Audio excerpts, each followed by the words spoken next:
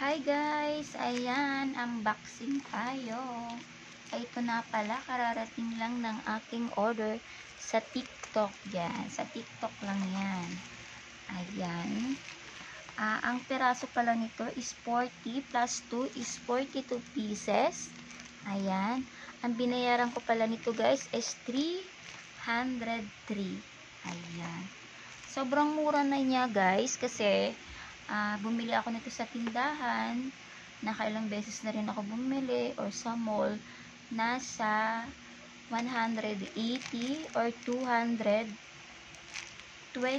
pieces lang yun. So, ibig sabihin, kung bibili natin ito sa tindahan kasi 40 pieces, baka nasa 400 or 380,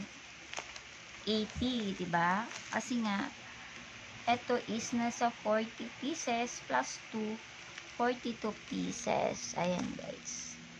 Ayan guys, i-open na natin siya. Ayan. Ganito lang siya guys. Ayan. Kitang-kita. Hindi mo lang siya binalot. Pero ox lang yan. Ang importante is good. Wala siyang damage.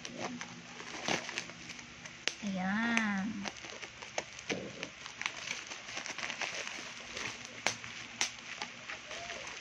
EQ diaper.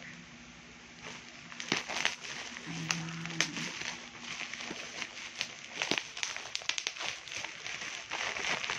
Ayan guys. O diba? Legit na legit sa TikTok lang yan. Ayan. Oh.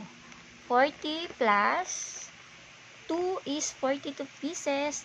303 lang po ang binayaran ko. Ayan, paulit-ulit. Kaya guys, mag-check out na kayo. Ayan ang link. Ayan. Habang sale pa sila guys.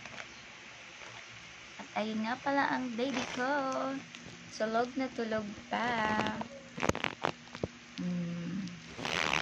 Ayan, ang aking baby Dylan. Ayan, guys.